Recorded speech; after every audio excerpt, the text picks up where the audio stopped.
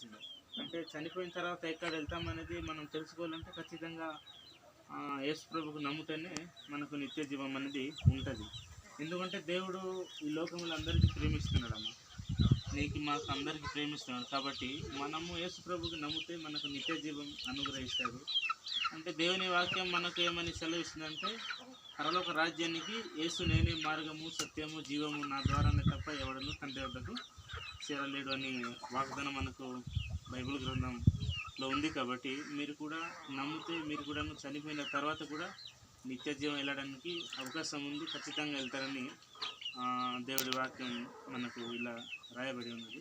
మీరు కూడా వెళ్ళండి. ఎందుకంటే మీ వీధి వాళ్ళు వెళ్తున్నారు కదా చాలా మంది. మీ పేరేమో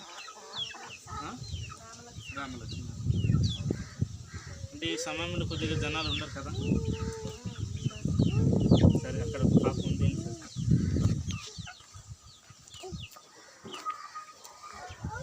వీళ్ళకు ఎంత మంది పెట్టింది లైన్గా.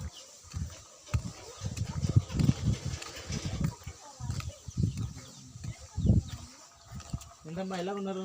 బాగున్నారా? చర్చికి వెళ్తున్నారా? ఓకే, మంచి పని అయితే. దేవునికి నమ్ముకోవాలి. దేవునికి నమ్ముకుంటే నిత్య జీవం అనేది ఉంటుంది. అదే ఎవరైనా నమ్మలేని వాళ్ళు ఉంటే స్వార్థ ప్రకటించి అలా వెళ్దామని ఇలా వస్తున్నాను.